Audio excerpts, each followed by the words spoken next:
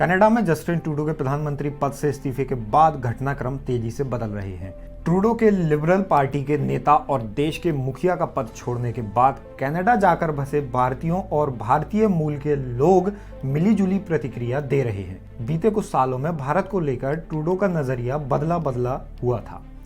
खालिस्तानी मुद्दे से लेकर एक तरफ वो भारत के खिलाफ बयान दे रहे थे, वहीं इमिग्रेशन पॉलिसी में बड़े बदलाव की बात भी कर रहे थे।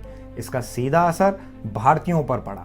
नमस्कार, मैं हूं आकाश पटेरिया और आप देख रहे हैं एनडीटीवी इंडिया। एक हालिया रिपोर्ट के मुताबिक 1 अक्टूबर 2024 तक कनाडा की जनसंख्या 4 करोड़ 14 लाख के करीब थी। मई 2024 के आंकड़ों के मुताबिक कनाडा में भारतीयों की अनुमानित संख्या 18 लाख के करीब है। हर साल भारत से करीब 5 लाख लोग कनाडा जाते हैं। पंजाब, दिल्ली और मुंबई से कनाडा जाने वालों की संख्या सबसे ज्यादा रहती है। कनाडा में पीआर पाने वालों की लिस्ट में भी भारत टॉप पर है। अब समझते हैं कि जस्टिन ट्रूडो के प्रधानमंत्री पद छोड़ने के बाद कनाडा में रह रहे भारतीयों पर क्या असर पड़ेगा।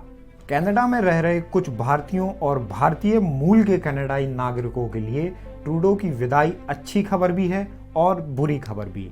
कई भारतीय कनाडाई लोगों का मानना है कि इमिग्रेशन पॉलिसी में बदलाव के बाद ट्रूडो सरकार के लिए चुनौतियां बढ़ी, जो बाद में उनकी विदाई की एक वजह बना। टोरंटो की एक टेक फर्म में बिजनेस और प्रोडक्ट स्ट्रेटजी मैनेजर सूरज सुबदर्शी ने एनडीटीवी से कहा कि कनाडा की सरकार से जस्टिन ट्रूडो का जाना ऐसा लगता है कि जैसे आप बिना राइट फ्यूल के ड्राइविंग कर रहे हैं। उन्होंने कहा, जस्टिन ट्रूडो की कई पॉलिसी जैसे immigration, housing crisis, health care service में कमी और सरकार की ओर से लगाई गई पाबंदियों की वजह से उन्हें ये दिन देखना पड़ा।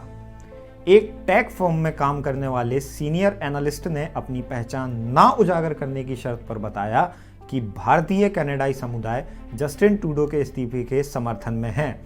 उनकी लिबरल पार्टी आर्थिक अस्थिरता को कम करने में फेल रही। बढ़ती महंगाई, आवास समस्या और स्वास्थ्य सेवाओं में कमी का सीधा असर लोगों और परिवारों पर पड़ा। इससे लोगों में ट्रूडो के प्रति नाराजगी बढ़ती जा रही थी।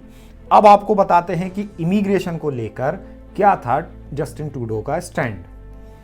कनाडा में जस्टिन ट्रूडो की इमिग्रेशन पॉलिसी कुछ हद तक बेहतर भी है और काफी हद तक इसकी आलोचना भी की जाती है। दरअसल वहां की सरकार ने 2025 में 5 लाख परमानेंट रेजिडेंट का टारगेट रखा है।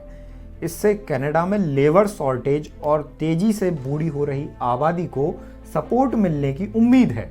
हालांकि आलोचकों का तर्क है कि इमिग्रेशन में इजाफे से देश में हाउसिंग, हेल्थ केयर और दूसरे पब्लिक सर्विस का संकट बढ़ेगा। कनाडाई नागरिकों के लिए रोजगार के मौके भी कम होंगे।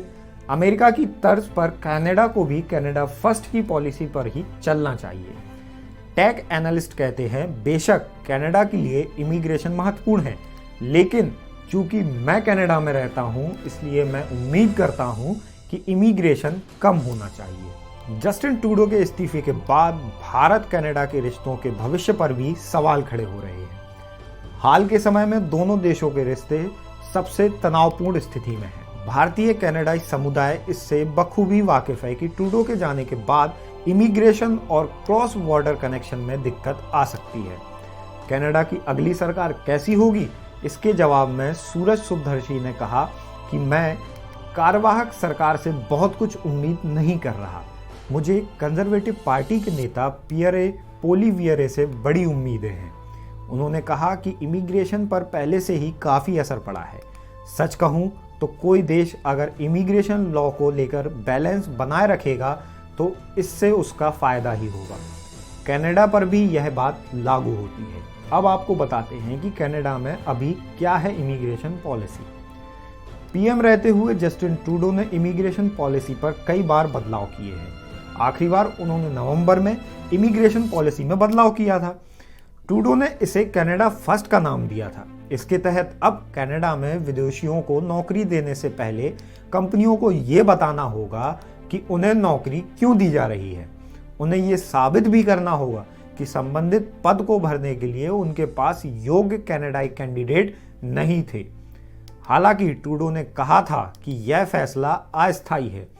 कनाडा की आबादी में हो रहे इजाफे को रोकने के लिए ऐसा किया गया। इस वीडियो में इतना ही। मुझे दीजिए इजाज़त। धन्यवाद।